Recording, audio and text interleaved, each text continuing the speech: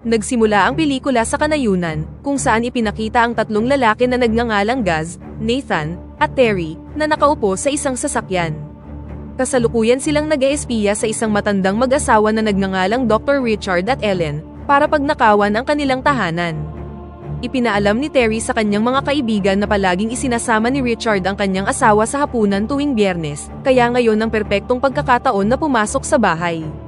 Habang hinihintay ang pag-alis ng mag-asawa, ang mga lalaki ay biglang nilapitan ng isang babae na nagngangalang Mary, na nabunyag na kasintahan ni Nathan. Galit niyang pinagalitan ang nobyo sa pagdadala ng kanyang sasakyan dahil late na siya sa trabaho. Gayunpaman, sinabi ni Nathan na kailangan niya ang kotse sa loob ng ilan pang oras para sa isang mahalagang bagay. Makalipas ang ilang sandali, tuluyan ng umalis ng bahay ang matandang mag-asawa at ang grupo ay naghanda ng pumasok. Napagtanto ni Mary kung ano ang nangyayari at kailangan din niya ang kanyang sasakyan, ngunit tiniyak ni Nathan na lalabas sila sa loob ng 20 minuto. Sa huli, pumayag na siyang manatili sa sasakyan, habang si Nathan naman ay pumasok na sa bahay dala ang susi ng kotse. Lumapit ang tatlong lalaki sa pintuan at kinuha ni Terry ang isang susi mula sa ilalim ng isang flower pot.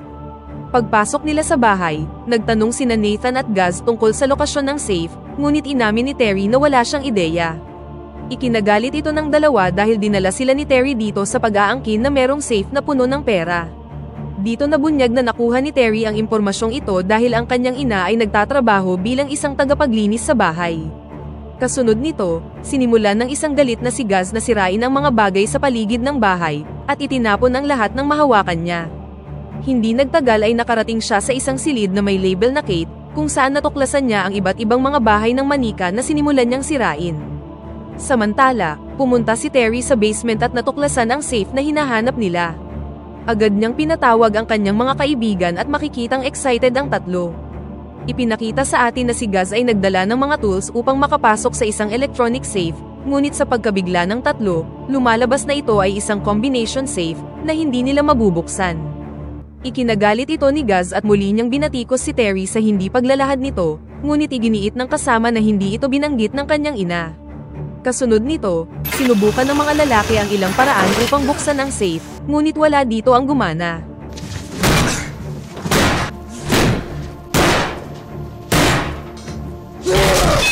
Iminungkahi ni Terry na umalis na sila ngunit ang dalawa niyang kasama ay ayaw na umalis nang walang dalang pera. Sa huli, nagpasya silang maghintay hanggang sa makauwi ang mag-asawa at pilitin silang ibunyag ang combination code.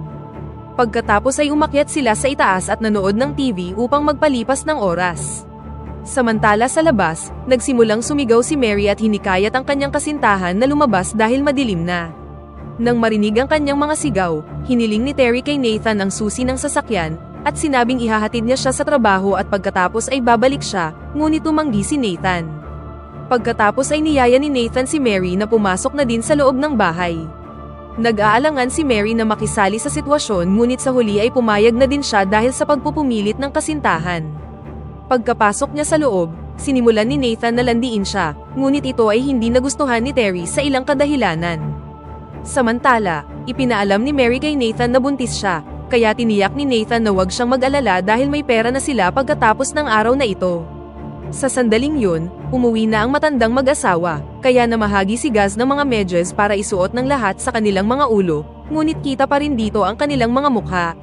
Sa sandaling pumasok ang mag-asawa, sumugod ang mga lalaki sa kanila, na naging sanhi para masugatan si Ellen sa kanyang kamay mula sa salamin na nakakalat sa paligid. Pagkatapos ay kinaladkad ng mga lalaki ang mag-asawa sa sala at itinali ang kanilang mga kamay. Nag-aalala si Richard sa sugat ng kanyang asawa ngunit sinigawan siya ng mga lalaki at inutusan siyang manahimik. Nang maramdaman ang tense na sitwasyon, naghanap si Mary ng first aid kit sa bahay at nagpatuloy sa paggamot sa mga sugat ni Ellen. Kasunod nito, inutos ng mga lalaki na ibigay ng mag-asawa ang lahat ng kanilang pera, kaya ipinaalam sa kanila ni Richard ang tungkol sa ilang pera na kanilang itinago sa kusina. Iniabot din niya ang lahat ng nasa wallet niya, pati na ang kanyang credit card. Gayunpaman, ang mga lalaki ay hindi nasisiyahan dito at inutos na makuha ang combination sa kanilang safe. Nagkunwari si Richard na walang ideya, kaya kinaladkad ng grupo ang mag-asawa sa basement at pinilit silang maupo sa harap ng safe. Hindi dito komportable si Mary at iminungkahi na umalis na sila, ngunit iginiit ni Nathan na ginagawa niya ito para sa kanya at sa kanilang paparating na sanggol. Pagkatapos nito, inutos niya na ibunyag ni Richard ang kombinasyon sa safe, ngunit nanatiling tahimik ang matanda. Sinampal pa siya ng malakas ni Nathan ngunit hindi natinag ang matanda. Samantala, kitang-kita na takot si Ellen at mapapansing meron siyang demensya, na naging sanhi ng madalas niyang pagkalito sa kanyang paligid. Sunod ay binigyan ni Gaz si Nathan ng kutsilyo at hinimok siyang gamitin ito sa mag-asawa. Nang makita ito, napuno na si Mary at nagmamadaling pumunta sa itaas. Doon, nakahanap siya ng telepono at nagtago sa banyo, bago sinubukang tawagan ang mga pulis. Ngunit bago pa man siya makapagsalita, galit na galit siyang hinawakan ni Gaz sa buhok at hinampas ang kanyang ulo sa salamin. Samantala sa basement, narinig ng lahat ang sigaw ni Mary ngunit tila walang pakialam si Nathan. Pagkaraan ng ilang sandali, kinaladkad ni Gaz ang nakataling si Mary sa basement at inihayag na sinubukan niyang tawagan ang mga pulis. Pagkatapos ay idiniin ni Nathan ang kutsilyo sa lalamunan ni Ellen at muling hiningi ang code kay Richard. Sa sandaling yun, may ibinulong si Gaz sa tenga ni Nathan na labis niyang ikinatakot. Pagkatapos ay nagbanta siyang puputulin ang daliri ni Ellen kung hindi ibubunyag ng doktor ang code.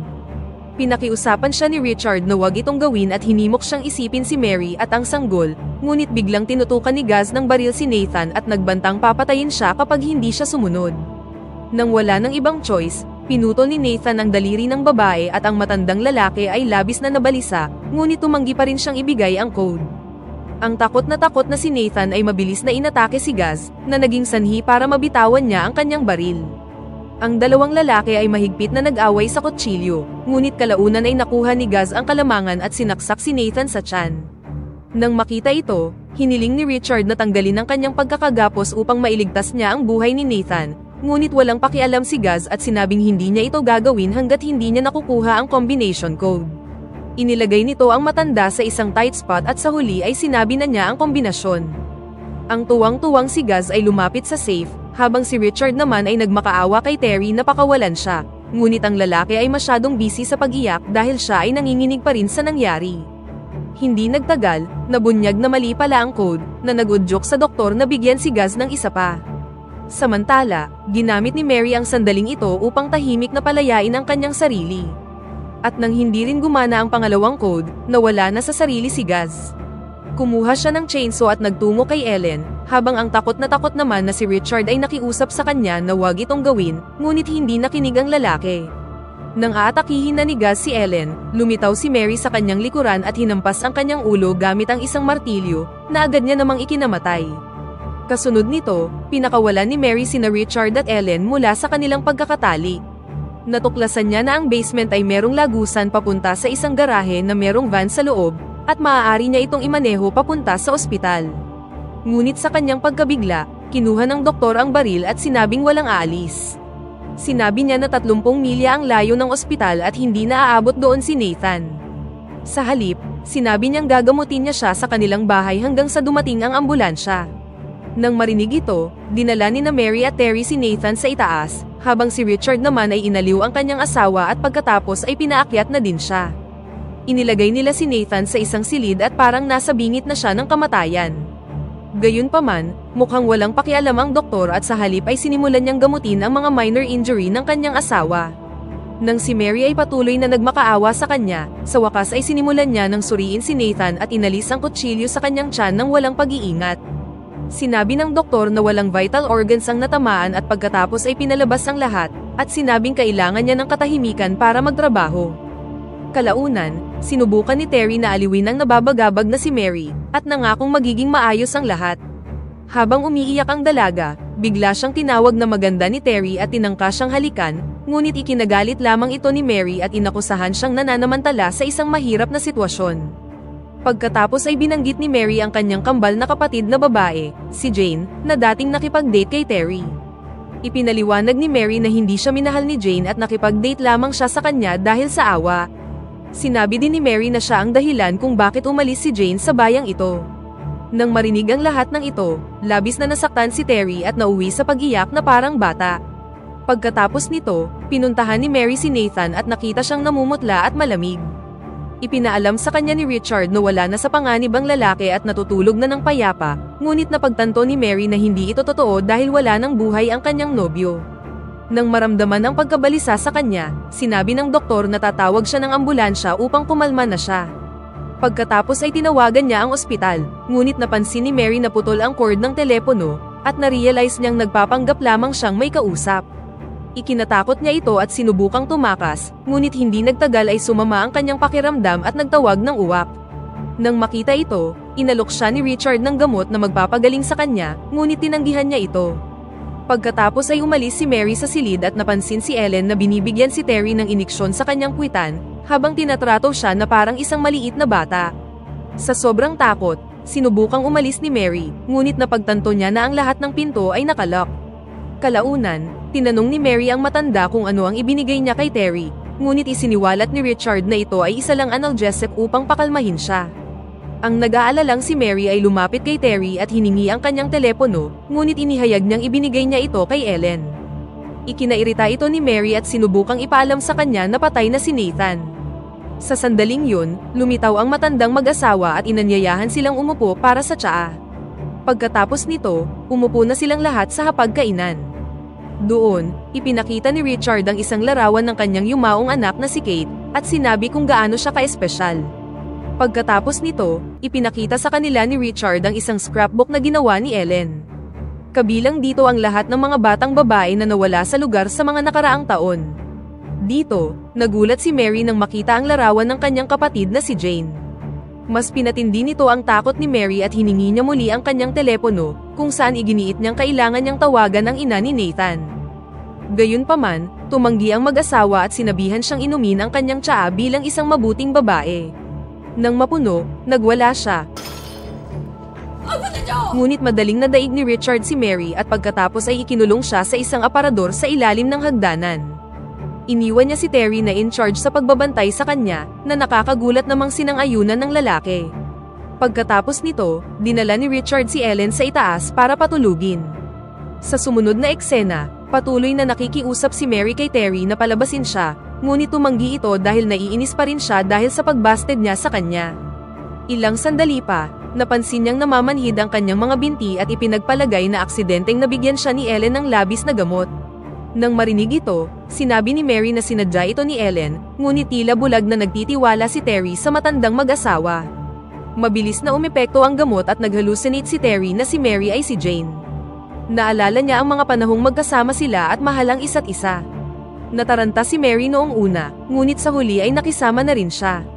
Nag-udyok ito kay Terry na tuluyang buksan ang pinto ng aparador at palabasin siya, ngunit agad na umakyat si Mary. Dahil lalong nanghihina ang kanyang mga binti, inipon ni Terry ang lahat ng kanyang lakas at nagawang umakyat sa itaas sa tulong ng isang tungkod. Hindi nagtagal, napansin niya si Mary sa dating silid ni Kate na sinusubukang tumakas sa bintana, ngunit muli niyang na-imagine na siya ay si Jane at inakusahan siyang sinusubukan siyang iwan.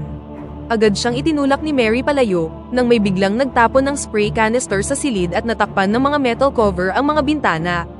Habang nagsisimulang mapuno ng usok ang bahay, parehong nahirapang huminga ang dalawa. Kahit papaano'y nagawa nilang makapunta sa ibaba at sa kabila ng malagim na sitwasyon, nag-aalala pa rin si Terry sa mag-asawa at iginiit na tulungan sila. Bumangon si Mary at sinubukang hanapin ang kanyang daan palabas, ngunit biglang lumitaw ang matandang mag-asawa sa usok na nakasuot ng hazmat suit at inatake siya. Kalaunan, ihinagis niya ang isang vase at tinamaan ng isa sa kanila, na lumalabas na si Ellen, kaya mabilis na kinuha ni Mary ang maskara at isinuot ito. Sa panahon ng struggle, ang matandang babae ay nagawang magturok ng isang bagay kay Mary. Kasunod nito, kinaladkad ni Mary si Ellen sa kusina at itinali ang kanyang braso sa pinto ng oven. Sa sandaling yun, dumating si Richard sa likod ni Mary at nagpatuloy sa pag-atake sa kanya, ngunit nagbigay si Mary ng isang magandang laban at kalaunan ay itinulak siya palabas ng kusina. Sinubukan muling pumasok ni Richard ngunit paulit-ulit na hinampas ni Mary ang pinto sa kanyang kamay hanggang sa maputol ang isang daliri ng doktor. Pagkatapos ay ginawang hostage ni Mary si Ellen at inutos sa doktor na ibigay ang susi ng van at si Terry bilang kapalit. Gayunpaman, nagsimula siyang mahilo dahil sa iniksyon na ibinigay ni Ellen sa kanya. Sa labas, narinig niya si Richard na merong sinasabi kay Terry ngunit hindi niya lubos na maunawaan kung ano ang nangyayari. Kalaunan, pumayag si Richard na makipag-cooperate at sinabi sa kanya na maaari na siyang umalis sa kusina, habang siya naman ay pupunta sa koridor. Nang lumabas si Mary sa silid, nakita niya ang walang malay na si Terry na nakahandusay sa sahig na may mga susi sa kanyang bulsa. Pagkatapos ay hinila niya ang mabigat na kaibigan sa garahe at sa huli ay nakasakay na sila sa van. Kasunod nito, binuksan ni Mary ang pinto ng garahe at naghanda ng umalis, ngunit sa kasamaang palad, biglang nagpakita sa labas ang mag-asawa. Ang masama pa dito, may bumaril sa kanya sa tiyan at lumalabas na ito ay si Terry, na binaril siya mula sa backseat.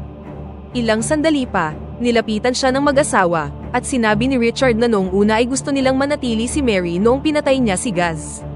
Gayunpaman, nagsimula silang magdalawang isip dahil sa kanyang pagiging suwail. Pagkatapos nito, pinuri ng mag-asawa si Terry para sa kanyang mahusay na trabaho at sinabi sa kanya na deserve niya ang isang gantimpala. Pagkatapos ay inilagay nila siya sa isang wheelchair at dinala siya sa safe. Sa huli, binuksan nila ang safe at nabunyag ang isang nakatagong bilangguan sa loob. Doon, makikita natin si Jane, na nakagapos ang mga paa at nakadami tulad ni Kate. Ipinaliwanag ni Richard na pagkamatay ng kanilang anak, labis na nalungkot si Ellen, kaya dinukot nila ang ilang mga batang babae upang punan ang kalungkutan na nararamdaman nila.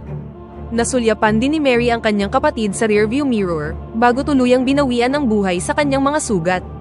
Sa kabilang banda, ikinulong si Terry sa parehong kwarto kasama ang dating kasintahan. Makalipas ang isang linggo, ipinakita sa atin ng ina ni Terry na katatapos lang ng kanyang mga gawain sa bahay ng matandang mag-asawa, habang ang mag-asawa naman ay nagtatrabaho sa likod ng kanilang bahay kung saan nila inilibing ang mga nanghimasok. Ilang sandali pa, nilapitan sila ng nanay ni Terry, at sinabi na isang linggo nang hindi umuwi sa bahay ang kanyang anak. Nang marinig ito, tiniyak ni Richard na huwag siyang mag-alala dahil madalas itong gawain ng mga kabataan ngayon. Sa huli, sumang-ayon din ang babae at umalis na sa bahay, habang ang baliw na mag-asawa naman ay makikitang masayang nakangiti sa isa't isa, at dito na nagtatapos ang pelikula. Pakipindot naman ang like button kung nagustuhan mo ang pelikula, at kung hindi naman, pindutin mo ng 2 beses ang dislike button para lang makasiguro.